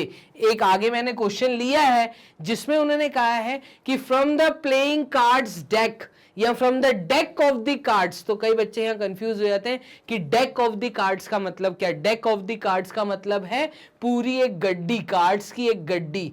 तो जब कार्ड्स की गड्डी की बात होती है तो वो आपसे बात कर रहा है 52 कार्ड्स की। क्वेश्चन में कहीं नहीं दिया रहेगा कितने टोटल नंबर ऑफ कार्ड्स हैं। डेक ऑफ कार्ड से समझ जाना कि 52 कार्ड्स हैं, क्लियर है। अब 52 कार्ड्स को तुमने दो टुकड़ों में तोड़ा है, 2626 मतलब ब्लैक और रेड में। इस ब्लैक को तुमने दो टुकड़ों में तोड़ा है 13 कार्ड्स और 13 कार्ड्स में, तो इक्वल नंबर ऑफ पार्ट्स हम करते हैं, ठीक है। तो 52 के दो टुकड़े हुए, फिर उसके चार टुकड़े हुए, तो टोटल मिला के एक डेक के जो चार टुकड़े होते हैं उन 4 पार्ट्स को हम बोलते हैं सूट्स, ठीक है। तो ये सूट मतलब जैसे ही वर्ड सूट यूज होता है तो सूट का मतलब होता है चार टुकड़े। यहां तक आपको क्लियर है। आगे समझिएगा कि ये जो चार टुकड़े हम करते हैं, पर टुकड़ा हर एक जो चीज है, जो स्पेड का कार्ड है ये 13 कार्ड्स होते हैं, क्लब के कार्ड अगेन 13 होते हैं, डायमंड के कार्ड 13 होते हैं और हार्ट के कार्ड्स 13 होते हैं। अब रेड कलर जो दो चीजें हैं, डायमंड एंड हार्ट, हार्ट मतलब दिल, ठीक है, दिल मतलब लाल पान की बारे में बात हो रही है, ये है लाल पान, इसको हम कहते हैं हार्ट, ठीक है। तो आप, इसलिए मैं कह रहा हूं कि एक बार मार्केट से इस चीज को खरीद के लाइएगा, मतलब कार्ड डेक खरीद के लाइएगा तो ही चीज बहुत अच्छे से समझ आएगी, क्योंकि इमेजिनेशन पे जिस चीज को आप देखोगे वो अच्छे से याद होती है, ठीक है। तो क्वेश्चंस आते हैं यहां से, ठीक है। हार्ट मतलब लाल पान, डायमंड मतलब लाल ईंट, तो ये है डायमंड का कार्ड, इसको कहते हैं डायमंड। तो लाल कलर को याद करने में किसी को प्रॉब्लम नहीं आती है, दिक्कत आती है ब्लैक कलर को याद करने में। तो क्लब एंड स्पेड के कार्ड्स इनको बोलते हैं। स्पेड इज बेसिकली काला पान, काले पान को हम लोग कहते हैं स्पेड, तो ये है स्पेड। और क्लब मतलब काली चिड़ी, तो ये होता है क्लब, ठीक है। तो क्लब का कार्ड मतलब काली चिड़ी और स्पेड मतलब काला पान। तो ये दो वर्ड आप प्लीज याद करिए। टोटल 13 कार्ड्स होंगे। अब ये 13 कार्ड्स अरेंज कैसे होते हैं, तो ये 13 कार्ड्स अरेंज कैसे होते हैं इस चीज को ध्यान से देखना। सबसे बड़ा राजा, राजा के बाद रानी और रानी के बाद उनका मंत्री, ठीक है। तो किंग, क्वीन एंड जैक एक एक कार्ड होता है, ठीक है। तो पर सूट के अंदर एक एक कार्ड जो होता है वो किंग, क्वीन और जैक का होता है, जिसको हम बेसिकली फेस कार्ड कहते हैं। ये बहुत जरूरी है समझना, क्योंकि यहां से क्वेश्चंस आएंगे। वो आपसे कह सकते हैं कि फेस कार्ड, तो फेस कार्ड आपको पता होना चाहिए। सिर्फ 3 ही फेस कार्ड होते हैं, किंग, क्वीन एंड जैक पर सूट। तो इस सूट में 3 फेस कार्ड, इस सूट में 3 फेस कार्ड, इस सूट में 3 फेस कार्ड, इस सूट में 3 फेस कार्ड। तो total number of face cards एक डेक के अंदर कितने होते हैं, तो आप कहेंगे 3 into 4 मतलब 12 कार्ड्स होते हैं। तो 12 कार्ड्स होते हैं टोटल, जो कि फेस कार्ड्स कहलाते हैं। फिर नंबर 2 से लेके 10 तक के कार्ड्स होते हैं, जिनको नंबर कार्ड्स बोला जाता है। तो यहां पे मैं लिख देता हूं कि पहला एक king, then queen, then jack, फिर नंबर कार्ड्स आप देख लीजिएगा 2, 3, 4, 5, 6, 7, 8, 9 और 10 और इक्का, ये कार्ड कहलाता है एस का कार्ड, ठीक है। तो 2 से लेके 10 तक के जो कार्ड्स होते हैं इनको फेस कार्ड्स कहते हैं, सॉरी इनको नंबर कार्ड्स कहते हैं, ठीक है। तो ये है नंबर कार्ड्स। अब कॉम्पिटिटिव लेवल पे यहां से क्वेश्चन आ सकता है, एनटीएससी के एग्जाम में भी यहां से क्वेश्चंस बन सकते हैं, ठीक है। तो नंबर ऑफ कार्ड जो होते हैं वो 2 से लेके 10 तक होते हैं, इनके ऊपर नंबर्स लिखे होते हैं। तो 1, 2, 3, 4, 5, 6, 7, 8, 9 कार्ड्स, हर सूट में 9 कार्ड्स होते हैं। तो टोटल 4 सूट होते हैं, 4 into 9 कर दीजिए 36। तो टोटल नंबर कार्ड्स जो होते हैं वो 36 होते हैं एक डैक के अंदर। एक डैक में 4 सूट्स होते हैं, उसके अंदर 4 सूट्स के अंदर जो फेस कार्ड्स होते हैं वो 12 होते हैं, 36 जो होते हैं वो नंबर कार्ड्स कहलाते हैं। और जो एस के कार्ड्स हैं ये 4 होते हैं एक डैक के अंदर, पर सूट में 1 होता है, ठीक है। तो एक एस का कार्ड होता है, 1 एस, मतलब एक एस का कार्ड, इसमें भी एक पत्ता एस का होता है, इसमें भी एक पत्ता एस का होता है, इसमें भी एक पत्ता एस का होता है, मतलब इक्के का कार्ड, ठीक है। तो ये एस का एक एक कार्ड होता है, जो कि टोटल डैक के अंदर 4 होते हैं। अब इस पे ध्यान से देखिएगा, इसको कॉपी कर लो। कॉपी करने के बाद वीडियो को पॉज करो, इसको कॉपी करो। कॉपी करने के बाद क्वेश्चन को देखो, क्वेश्चन किस प्रकार का आता है। तो वो कहता है एक डैक है, एक गड्डी है कार्ड्स की, जिसमें से तुमने एक क्वीन निकाली, सॉरी एक किंग निकाला, मान लो एक किंग निकाला। तो टोटल डेक के अंदर कितने किंग हैं, आप कहेंगे सर 4 किंग हैं। 1, 2, 3, 4। भाई एक किंग स्पेड का होगा, एक राजा क्लब का होगा, एक राजा डायमंड का होगा, एक राजा हार्ट का होगा। तो टोटल 4 राजा हैं पूरे डेक के अंदर। तो जब आप एक राजा को बाहर निकालोगे तो वो राजा उन फैमिली में से किसी से भी हो सकता है, किसी भी सूट से हो सकता है।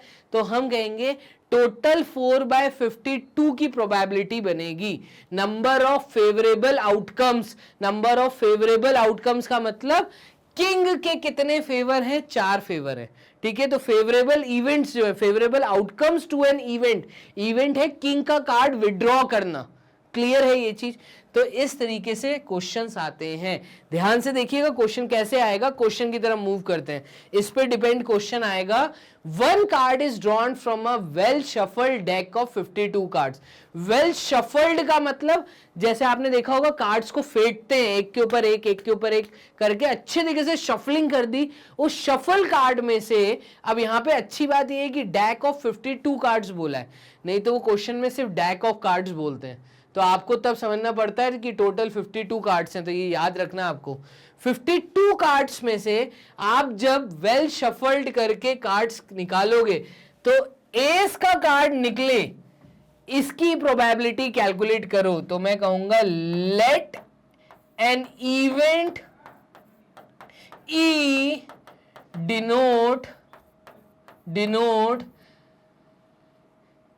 एस, ठीक है। तो एस का कार्ड विड्रॉ करने की जो इवेंट है वो ई डिनोट कर रहा है। तो प्रोबेबिलिटी क्या होगी इस चीज को देखना, प्रोबेबिलिटी ऑफ गेटिंग एज, ठीक है। तो ये हम डिनोट करेंगे प्रोबेबिलिटी ऑफ एन इवेंट, ई इस इवेंट को डिनोट कर रहा है, तो मैं कहूंगा PE is equals to number of favourable outcomes to an event.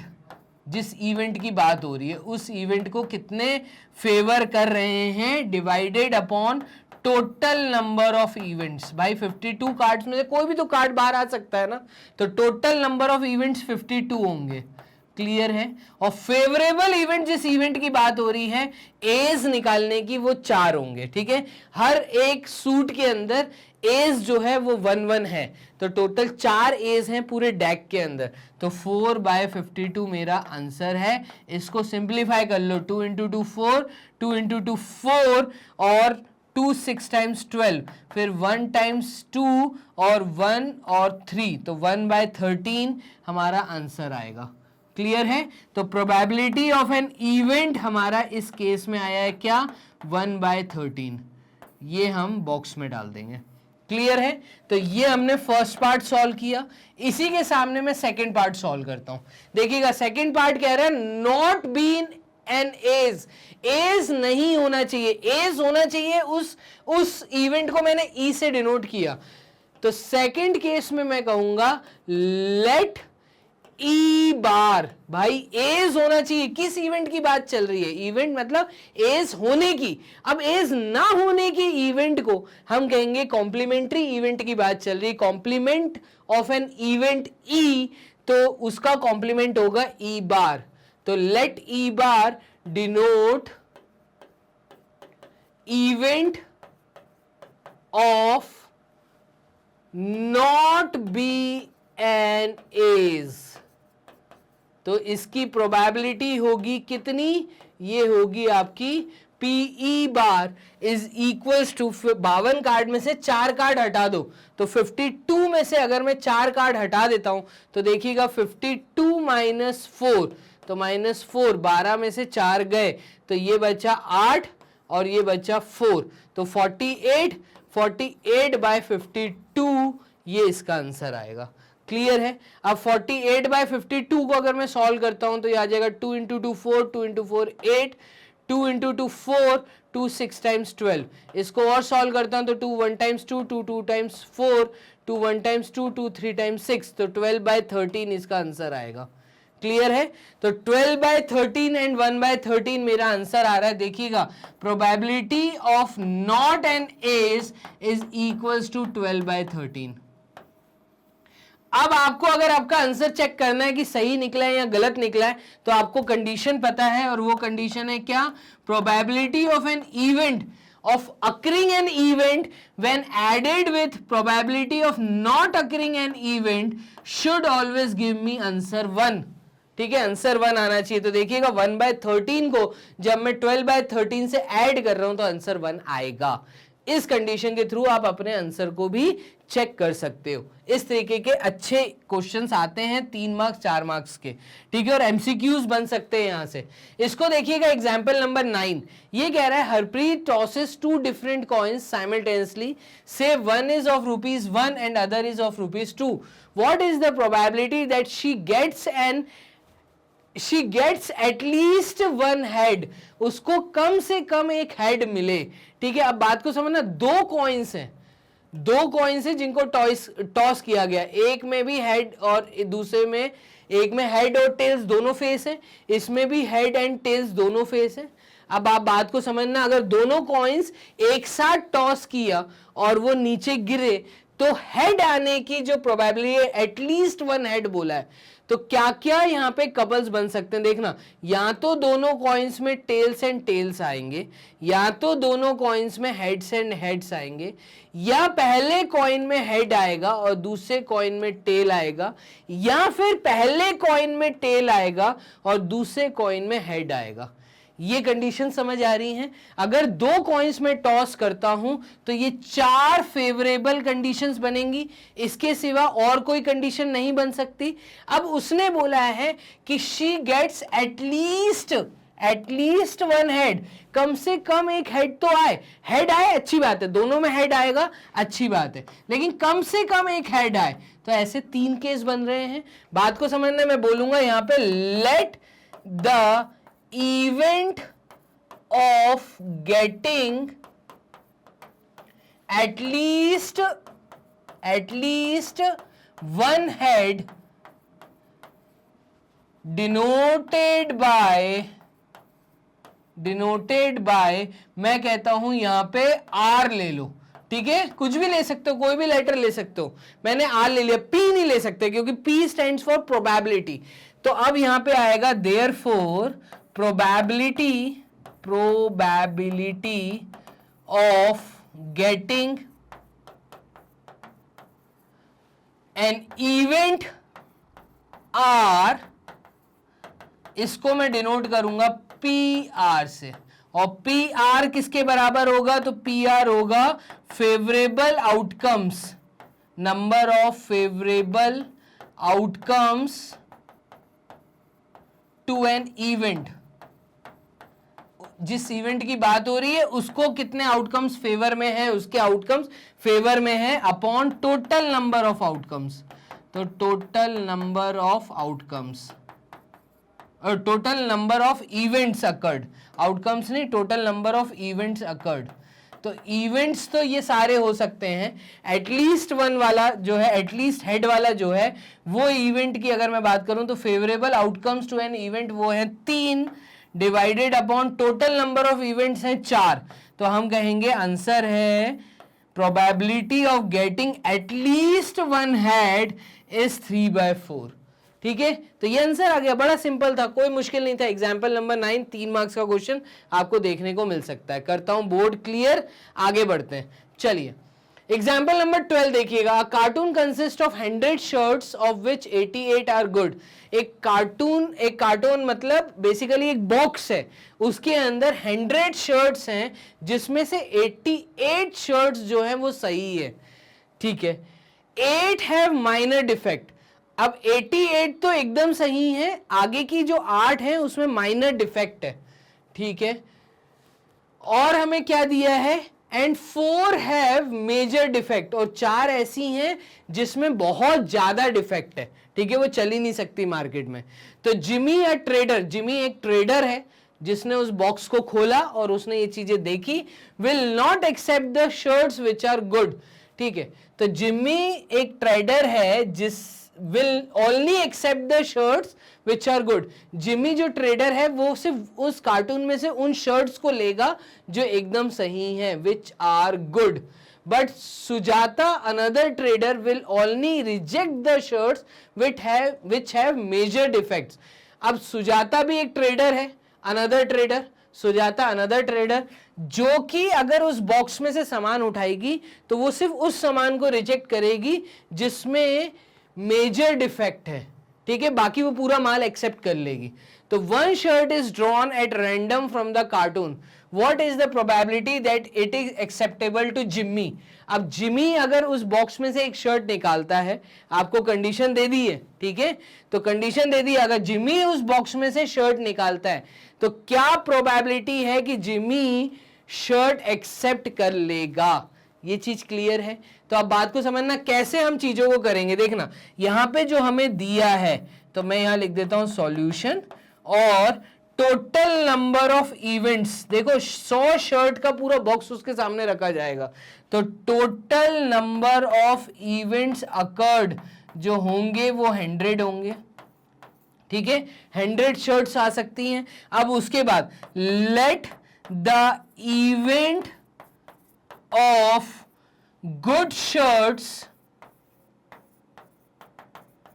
is denoted by मैं कहता हूं E। अगर ये इवेंट को डिनोट कर रहा है और वो इवेंट है कितना, 88 गुड शर्ट्स का, तो यहां पे आ गया 88। ठीक है, गुड शर्ट्स का हो गया। अब एक इवेंट होगा जिसके अंदर माइनर डिफेक्ट है। ठीक है, तो late the event of minor defect, minor defect का भी एक इवेंट हो सकता है, तो माइनर डिफेक्ट का जो इवेंट है वो होगा आपका कितना, वो मैं बोल रहा हूं it is denoted bye F, is denoted bye F, ठीक है। और ये कौन सा होगा, तो ये है आपका 8, ठीक है। और उसके बाद सिमिलरली मैं यहां लिख देता हूं the event of major defect, the event of major defect is denoted by, मैं यहां पे ले लेता हूं EFG, यहां पे G ले लिया, ये F ये G, ये चीज समझ आ रही है। तो ये कितने हैं, ऐसे कितनी शर्ट्स हैं जो पूरी मेजर डिफेक्ट में हैं, वो हैं 4, ठीक है। अब इन्होंने बोला है कि जिमी के लिए एक कंडीशन दी है कि ये वो ट्रेडर है जो कि सिर्फ सही शर्ट को चूज करेगा, मतलब ये सिर्फ सही शर्ट को एक्सेप्ट करेगा। तो क्या प्रोबेबिलिटी है कि उसके वो ऑर्डर एक्सेप्ट कर ले, इस चीज को समझना। तो इसके लिए हम क्या बोलेंगे, probability of getting an event of good shirts, that is E। तो probability of good shirts हम कहेंगे यहां पर क्या, PE, जो क्योंकि जिम्मी के केस में बात हो रही है ना, तो फर्स्ट वाला एक्सेप्टेबल टू जिम्मी, तो वो सिर्फ PE को एक्सेप्ट करेगा। तो इस इवेंट, इसकी प्रोबेबिलिटी आपको कैलकुलेट करनी है, ये हो जाएगी 88 आउट ऑफ 100, ठीक है। Number of favourable outcomes to an event, तो इवेंट है आपका कि जिम्मी को एक्सेप्टेबल हो, जिम्मी को जो एक्सेप्टेबल है वो यहां पे लिखा है विच आर गुड, जो कि जिम्मी सिर्फ उसी को फाइनल करेगा जो कि सही होंगी, ठीक है। तो PE मतलब उसके हाथ में जो प्रोबेबिलिटी है वो है 0.88 की। तो ये हमारा आंसर है, क्लियर। तो ये फर्स्ट पार्ट हो गया। ऐसे ही अब सेकेंड पार्ट में आप देखिएगा, यहां पे आपसे बोल रहा है it is acceptable to Sujata, तो इसकी प्रोबेबिलिटी कैलकुलेट करनी है। तो प्रोबेबिलिटी ऑफ, अब सुजाता को कैसी वाली पसंद है, तो सुजाता कह रही है कि मेजर डिफेक्ट मैं हटा दूंगी, तो मेजर डिफेक्ट हटा दूंगी, इसका मतलब ये दोनों जो इवेंट्स हैं ये एक्सेप्टेबल है सुजाता को। तो मैं कहूंगा probability of acceptable to Sujata, acceptable to Sujata, तो इस केस में हमारी आएगी प्रोबेबिलिटी ऑफ E, एक तो P ऑफ E वाला मैं लूंगा तो E आ गया, प्लस यहां पे प्रोबेबिलिटी ऑफ F वाला भी एक्सेप्टेबल है। तो 88 प्लस 8 ये फेवरेबल है, ठीक है। तो यहां पे आएगा क्या, is equals to 88 plus 8 out of 100। तो फेवरेबल कंडीशंस जो हैं वो probability of this event and probability of this event, दोनों इवेंट्स को आप ऐड करेंगे अपॉन 100 करेंगे, तो ये आपका आ जाएगा 8 प्लस 8, तो 8 प्लस 8 16, 16 का 6 कैरी 1 96 अपॉन 100, और आंसर हमारा आएगा 0.96, ठीक है। तो प्रोबेबिलिटी निकल आई सेकंड केस में 0.96 और फर्स्ट केस में कितनी आई थी 0.88। तो इस तरीके के क्वेश्चंस आप लोगों को करने के लिए आ सकते हैं। एग्जांपल नंबर 12 भी एक अच्छा क्वेश्चन था जो हमने कर लिया, एक्सेप्टेबल टू सुजाता हो गया एंड एक्सेप्टेबल टू जिम्मी हो गया, क्लियर है। चलिए बोर्ड कर लेते हैं यहां से क्लियर और आगे चलते हैं। तो नेक्स्ट देखिएगा, यहां से इसको किया क्लियर और आगे देखिए, तो ये हो गया क्लियर। और नेक्स्ट क्वेश्चन हमारे एमसीक्यूज चालू होते हैं। तो फाइनली यहां तक एनसीईआरटी से जितने क्वेश्चंस थे वो मैंने देखे एग्जाम्पल से, ठीक है। एक्सरसाइज आप लोग सॉल्व करिए, वेराइटी सब मैंने कवर की हैं, एमसीक्यूज की भी वेराइटी अब मैं कवर कर रहा हूं। तो 5 क्वेश्चन जो एमसीक्यूज थे अच्छे मुझे लग रहे थे वो मैं आप लोगों के लिए लाया हूं। तो चलिए इसको देखिएगा, an event is very unlikely to happen, its probability is closest to. हमें ऐसा लग रहा है कि कोई इवेंट नहीं होने वाला, तो ना होने वाला इवेंट होता है 0, इम्पॉसिबल इवेंट मतलब 0। अब अनलाइकली टू बी हैपन मतलब उसकी जो वैल्यू है वो 0 के बहुत करीब होगी। तो इनमें से ऐसी कौन सी वैल्यू है जो कि 0 के बहुत ज्यादा करीब है, तो ऐसी वैल्यू आप देखेंगे वो है सिर्फ फर्स्ट वाली 0.0001। ये बहुत जीरो के पास में है, बाकी सब वैल्यूज इस वैल्यू से बड़ी हैं, तो जीरो के पास वाली वैल्यू है वो सिर्फ ए है। मैं कहूंगा इस क्वेश्चन का आंसर ए आएगा। चलिए आंसर चेक कर लेते हैं। क्वेश्चन नंबर 1 का आंसर ए, यस 0.0001। क्लियर है। तो अनलाइकली टू बी हैपन मतलब इम्पॉसिबल जो कंडीशन है उसके पास की हमसे बात की गई थी। चलिए, if PA denotes the probability of an event, अगर PA किसी चीज को डिनोट कर रहा है, if PA denotes the probability of an event, then ये PA की वैल्यू हमेशा याद रखना जीरो से बड़ी होगी या इक्वल टू जीरो होगी। ठीक है, तो ये कंडीशन आपको दिख रही है, is greater than zero or equal to zero and should be less than or equal to 1, should be less than or equal to 1। अभी मैंने बताया था थ्योरी पढ़ाते समय कि किसी भी चीज की होने की संभावना या तो इम्पॉसिबल कंडीशन बनेगी जीरो, या अगर पॉसिबल श्योर इवेंट है तो 1 है। ठीक है, तो 0 और 1 के बीच में वैल्यू लाई करेगी, तो PA should always lie between 0 and 1। पढ़ के आप टिक करके आइएगा, नेगेटिव का कोई रोल ही नहीं है। ठीक है, PA कभी 0 से बड़ा नहीं हो सकता, मतलब 0 से बड़ा हो सकता है, 1 हो सकता है, बट 1 से बड़ा नहीं हो सकता, और 0 से कम मतलब नेगेटिव वैल्यू नहीं हो सकती। तो आंसर है इसका सी। मैं सी पे टिक करूंगा और आगे चलूंगा। चलिए आंसर चेक करते हैं, देखिएगा। Yes, 0 is PA is greater than 0 और equal to 0, is less than 1 और इक्वल टू 1। ठीक है, तो आंसर सी था इसका। 2 क्वेश्चन हमने यहां देख लिए, बाकी थर्ड क्वेश्चन देखिएगा। अ card is drawn from a deck of 52 cards, again card वाला क्वेश्चन है कि 52 कार्ड में से एक पत्ता मैंने विड्रॉ किया, मैंने बाहर ड्रॉ किया। The event E is that card is not an S of hearts. यहां पे प्रोबेबिलिटी हम कैलकुलेट कर रहे हैं उस इवेंट की, और इवेंट क्या इन्होंने दिया है, नॉट वाला। ठीक है, तो नॉट एन एज का इवेंट है, और वो भी उसमें भी पर्टिकुलरली एक सूट का नाम लिया है, तो सूट है हार्ट्स का।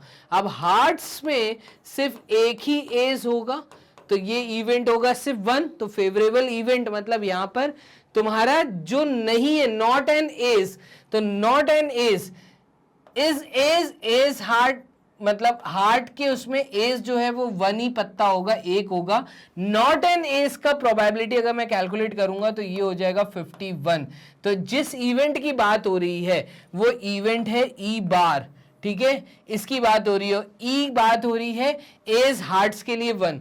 तो नॉट वाले के लिए the number of outcomes favourable to E, favourable to E. तो इस केस में अगर ई नॉट एज है तो ये जो ई है, ई बार, वो तुम्हें होगा किसके लिए, फेवरेबल, ये फेवरेबल के लिए हो जाएगा यहाँ पे। ठीक है, और ऐसे होंगे 51 कार्ड्स। तो जब प्रोबेबिलिटी कैलकुलेट करूंगा पी ई बार, तो ये हम लेते हैं 51 बाय आउट ऑफ 52। ठीक है, तो यहां पे हमसे यही पूछा था 51, मैं डी पे टिक करूंगा और आगे चलूंगा। क्लियर है। चलिए इसका आंसर भी चेक कर लेते हैं। तो यस, थर्ड का आंसर 51 आ रहा है। ये हम करते हैं बोर्ड क्लियर और आगे चलते हैं। फोर्थ क्वेश्चन देखिएगा, the probability of getting a bad egg. ठीक है, in a lot of 400, total number of events 400 हैं, 400 अंडे थे, उसमें से प्रोबेबिलिटी कैलकुलेट कर ली है। तो probability of getting bad egg ये हमने कैलकुलेट किया हुआ है, और ये है 0.035। इसका फॉर्मूला क्या बनता है, इसका फॉर्मूला बनता number of favourable events, number of favourable events या number of favourable outcomes to an events divided upon total number of events. यही फॉर्मूला था। ठीक है, तो यहां से अगर मैं इसको ठीक कर दूं, फेवरेबल आउटकम्स बोल लो। ठीक है, अब देखिएगा फेवरेबल आउटकम्स क्या हैं। तो फेवरेबल आउटकम्स जो बात हो रही है वो बैड अंडे की बात हो रही है, खराब अंडों की बात हो रही है। तो खराब अंडे मुझे नहीं पता कितने हैं, मैं बोलता हूं खराब अंडे अगर x हैं, आउट ऑफ कितने अंडे, तो वो हैं 400, और जब प्रोबेबिलिटी कैलकुलेट की तो वो आई 0.035। इसको कैलकुलेट करने के लिए मैं कहूंगा x इज इक्वल्स टू ये 400 या मल्टीप्लाई होगा, ये हो जाएगा 0.035 मल्टीप्लाइड विथ 100। इसको सॉल्व करो तो ये हो जाएगा 35/1000 मल्टीप्लाइड विथ 400, 2 0 से 2 0 ये कट गए, 35 इंटू 4 कितना होता है, तो 4 into 5 20, 0 2 carry, 4 into 3 12 and 14 upon 10, तो 140 अपॉन 10 मतलब 14 आंसर आएगा। इसका मतलब कितने अंडे खराब थे आउट ऑफ 400, 14 अंडे खराब थे, 14। तो यहां बी पे मैं टिक करूंगा और आगे चलूंगा। How many bad eggs, that is 14। Clear है, तो बोर्ड कर लेते हैं क्लियर और इसका आंसर चेक कर लेते हैं। देखिए इसका आंसर 14 आ रहा है। तो यहां तक हमने 4 एमसीक्यूज देख लिए हैं। एक फिफ्थ एमसीक्यू जो अच्छा है इसको भी देख लीजिए। A girl calculated that the probability of her winning the first prize, ठीक है, कि उसको फर्स्ट प्राइज मिलेगा, तो उसने ये कैलकुलेट कर लिया और उसकी प्रोबेबिलिटी आई है। ठीक है, अब इसको समझना, प्रोबेबिलिटी ऑफ एन इवेंट उसने जो कैलकुलेट किया है वो आया है 0.08। सिमिलर क्वेश्चन है जैसा पीछे था। ठीक है, total number of 6000 tickets market में बटी, ठीक है, बिकी है, उसने कितनी टिकट्स खरीदी। कई लोग जो टिकट्स लॉटरी का खरीदते हैं टिकट्स, वो लोग ऐसे ही प्रोबेबिलिटी को कैलकुलेट करते हैं। वो देखते हैं कि टोटल कितनी टिकट्स प्रिंट हुई हैं, उसमें से वो मैक्सिमम टिकट्स उठाने की कोशिश करते हैं और अपनी प्रोबेबिलिटी को कैलकुलेट कर लेते हैं कि यस 0.08% है कि मैं चीज जीत जाऊंगा। ठीक है, तो उसने वो कैलकुलेट कर ली। इवेंट क्या था, इवेंट ये था कि टिकट्स शी बॉट। ठीक है, तो यहां पे इवेंट क्या था, इवेंट था टिकट्स शी बॉट, ये इवेंट था। अब कितने टिकट्स उसने लिए जो फेवर कर रहे थे वो हमें नहीं पता, तो हम बोलते हैं ये हमें नहीं पता, इसको हम x मान लेते हैं। तो probability of particularly this event is x upon total number of events held, मतलब कितने टिकट्स प्रिंट हुए, वो हुए 6000 जो बिके मार्केट में। ठीक है, तो पीई मुझे गिवन है, ये है 0.08 which is equals to x upon 6000। आप बताइए टिकट शी बॉट, उसने कितने टिकट्स लिए होंगे, वो x कैलकुलेट हो जाएगा। तो वो आएगा 6000 डिवाइड मल्टीप्लाइड विथ 0.08। क्लियर है, और ये आ जाएगा अपॉन 100, 2 0 से 2 0 कट गए, 60 मल्टीप्लाइड विथ 8, तो ये x की वैल्यू आ जाएगी। 8 into 0 is 0 0, 8 into 6 is 48। 480 tickets ऐसी होंगी जो इसने खरीद ली होंगी, इस लड़की ने। ठीक है, वो 480 टिकट आउट ऑफ 6000 में से उसने खरीदी। तो सी आंसर इसका आंसर होगा। देख लेते हैं, आंसर चेक कर लेते हैं। तो यस 480 इसका आंसर है। इस तरीके से हमने फाइनली 5 एमसीक्यूज भी देखे, इंपॉर्टेंट एग्जाम्पल्स भी देखे एनसीईआरटी बुक से, जो कि डिफरेंट वैरायटी के थे। हमने रिवीजन पार्ट को भी कवर कर लिया। जो चीज आपको याद रखनी है, फॉर्मूले में हल्का सा चेंज है। ठीक है, बहुत इजी चैप्टर है, बहुत छोटा सा चैप्टर है एनसीईआरटी बुक का। एक ही एक्सरसाइज है जो आपको सॉल्व करनी है, वो एक्सरसाइज आप सॉल्व करिए। क्लियर है, तो मुझे लगता है ये सॉल्व कर लेंगे आप लोग, कोई इशू नहीं है। रिवीजन हमारा कंप्लीट हो गया है। ये पूरी वीडियो magnetbrains.com के प्लेटफॉर्म पे इजीली अवेलेबल है। आप जब magnetbrains.com टाइप करेंगे गूगल राजा के पास, तो आपके सामने इस तरीके का पूरा इंटरफेस ओपन होगा। यहाँ पे एक ऑप्शन आता है वन शॉट रिवीजन। तो क्लासेस 12 से लेके किंडरगार्टन तक ये जो आपको क्लासेस दिखेंगी, इसी के नीचे एक ऑप्शन है वन शॉट रिवीजन। आप इसको क्लिक करिए क्योंकि आपको वन शॉट वॉच करना है। तो जैसे ही आप वन शॉट वॉच करेंगे तो आपके सामने वो सारी वन शॉट क्लासेस आ जाएंगी जो वन शॉट रिवीजन चल रहा है। Class 12th, class 11th, class 10th, class 9th। आपको क्लास 10th वॉच करना है, वॉच नाउ क्लिक करिए। आपके सामने फिजिक्स, केमिस्ट्री, मैथ्स सारी चीजें ओपन है। मैथ्स के वीडियो वॉच करने, मैथ्स पे क्लिक करिए और आपके सामने वीडियो रन होना स्टार्ट, जो सा टॉपिक आपको देखना है। तो इतना आसान है घर बैठे बैठे तैयारी करना। मैग्नेट ब्रेन्स आपको 100% फ्री एजुकेशन प्रोवाइड कर रहा है। आपको क्या करना है, आपको सिर्फ अपना प्यार बनाए रखना है, सो दैट हम लोग मोटिवेट हो और इसी तरह की सीरीज आपके सामने और लाई जा सके। कुछ नई चीजें हैं जो हम लोग लाने का सोच रहे हैं, वो जल्दी से जल्दी आप तक पहुंचे, तो हमें मोटिवेट करना पड़ेगा। तो हमारे वीडियोस को लाइक एंड सब्सक्राइब जरूर करिए। दूसरी चीज, हमारी वीडियोस को शेयर करना ना भूलिए अपने दोस्तों के साथ, अपने परिचितों के साथ जिनको इसकी जरूरत है। तो मिलते हैं एक नए टॉपिक में, तब तक के लिए अपना ध्यान रखो। Bye and take care.